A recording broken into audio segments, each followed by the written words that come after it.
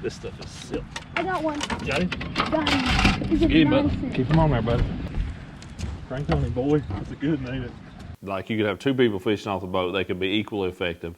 One day, one of them's going to be more effective than the other. Then the very next day or afternoon, it may switch completely. Oh, yes! That's a good one. Yes! Fell off in the net. That's a good.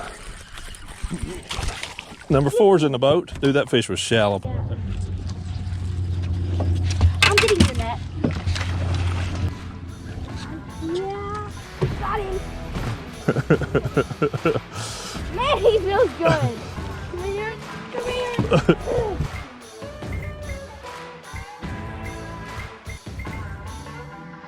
Hey everybody, welcome back in here in the garage and just trying to get on into the fall here. It's definitely been cooling off some, and now that it is November, no doubt about that it is, fall is very evidently here. And for this month, the technique of the month, what I wanted to discuss was fishing flats, places where you've got big flat areas. That's something that I tend to find myself doing a lot this time of the year. Whether it's just on our lakes here where we're really down into that drawdown that's going on now in a lot of our lakes. But even a lake, on down the Tennessee River, like Gunnersville, for example, Pickwick, a lot of those places, it really doesn't matter, man. Those fish really seem to be on flats more this time of the year than other times of the year, and they seem to really be catchable. A lot of those fish are up there because there's an abundance of bait fish on those flats, and they're just up there, doing their thing, getting ready for winter time to be coming. And those flats are where you can definitely find a lot of fish in a very small area at times. A couple of baits that I've got here before I really kind of discuss more of exactly what I'm looking for on those flats. These baits, each of these can be effective. Like you could have two people fishing off the boat, they could be equally effective. One day, one of them's going to be more effective than the other, and then the very next day or afternoon, it may switch completely. But both of these, for me, are very effective baits for fishing on flats, especially this time of the year. One is square bill crankbait. That's the new Rapala. That's the OG Rocco. That's in my favorite color, like I mentioned in that Pick 4 video. That bruised citrus is a new one we came out with in the OG line this year, particularly in Rocco, man. Just a fantastic color for when you've got a decent amount of stain in the water. It's got those bright pearly sides, a little chartreuse, some black, gold, man. It's got everything that you want in a color to be imitating bait fish, especially when you've got a little bit of color in the water. And like I kind of told that story about Parker and I fishing when we were fishing a place where we could watch bass, eating shad on the surface, but yet we were catching them on a black and blue bladed jig with a crawl imitating style trailer on the back of it. Kind of a learning lesson, I think, hopefully for him, and it was for me as well. To actually visibly watch those fish eating shad, be spitting shad up as you were fighting them in, but yet we caught them on something that looked like a crawdad. So what do you look for on those flats? A lot of that stuff is going to be pretty similar, and a lot of it, honestly, pretty featureless. I think of some of the places where we catch fish at this time of the year, and there's not a lot to draw you to one part of it versus another.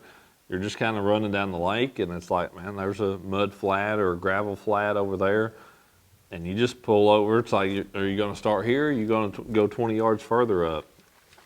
I mean, you might as well start on any part of it, because until you truly get in there and start fishing, a lot of times you're not going to know where those fish are. Just because there's no big depth changes, there's no real obvious cover to speak of. It's just get in those places and start fishing, and the fish are kind of wherever you find them.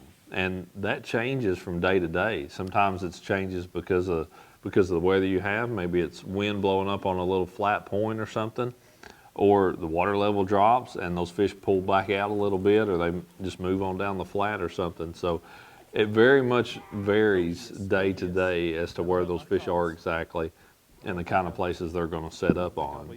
If you do have a channel meandering through a flat, where you've got a little obvious depression working its way in or out of those areas, that's certainly something I'm going to key on.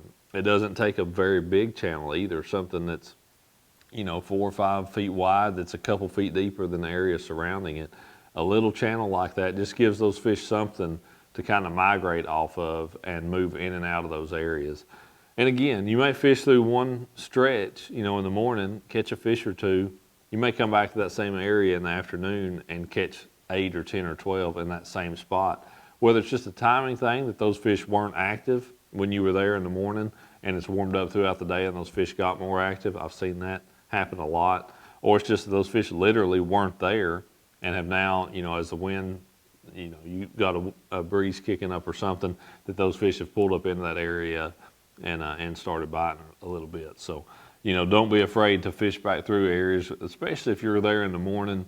It's kind of a cool morning. Maybe you had a little bit of frost or something, and you see a few bait flipping around, or you see some bait on your electronics, but the fish just don't seem to be firing. Don't forget about that area up in the day, because come 1 o'clock, 2 o'clock in the afternoon, once it's warmed up a little bit, I've seen it time and time again that afternoon feed in a place that was completely dead in the morning can just be absolutely fire up in the day. So don't ever forget about that little tip when you're fishing those flats in the fall. But a big thing for me, if I've got a really obvious target, if there's a little gravel patch or something, a piece of wood, something I can really make that bait deflect off of, that's going to be a time when I try to get those fish to bite a crankbait. I just feel like I'm able to generate bites with it sometimes when I wouldn't on other stuff. But those are going to be times when I'll pick up that square bill and really try to get those fish to bite, versus something, another little thing that was happening when Parker and I fished that particular tournament that I keep referencing a couple years ago. There was a lot of silt, a lot of just debris in the water, a lot of junk, and a crankbait, a lipless crankbait or a regular crankbait, fishing through that stuff, it was only effective maybe 10 feet of the cast. It would touch the bottom. There was a lot of leaves on the bottom. Just everything just stayed gummed up. But you could throw that bladed jig, and just given the way it's shaped, it could be scooting along the bottom and it wouldn't foul the bait. The bait would continue to work. So it was just a more effective presentation in that situation than a lot of other stuff was. And that's something that I've kind of learned over the last few years.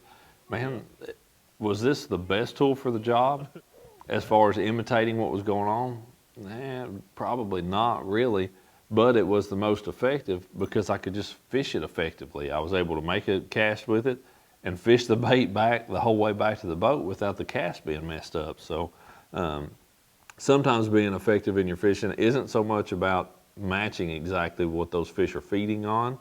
It's just having a bait that you can fish where those fish are at effectively. If I'd have been trying to drag a Texas rig on the bottom or something, it was just going to get buried in the silt and be no good whatsoever. That crankbait was essentially the same deal in that scenario because it was super soft bottom. You touch the bottom with it, its bait's immediately gummed up, and you're just not going to be able to get a fish to bite it. So, fishing the flats, man, in the fall, just get out there. The best thing to do is just get out there and start winging around. You get in those areas. Keep your eyes open. Look for birds, whether it's birds that are standing or birds that are diving.